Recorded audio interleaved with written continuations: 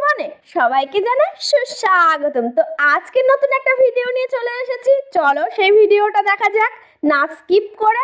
তো আমি এখানে সকাল সকাল দা নিয়ে চলে এসেছি কলার কাঁদি কাটবো বলে, আর কলা গাছের থোড় কাটবো বলে চলে এসেছি। এটা হচ্ছে কাঁচকলা গাছ। আমি আগে কলা গাছের থোড় বের করিনি, এই প্রথমবার কলা গাছের থোড় বের করছি। কিন্তু কলা গাছটা এত পরিমাণে বড় আর এত পরিমাণে মোটা, আমার পক্ষে সামাল দেওয়া একটু কঠিনকর হয়ে যাচ্ছিল। তো যাই হোক করে খুব কষ্টসিষ্ট করে কেটেছি।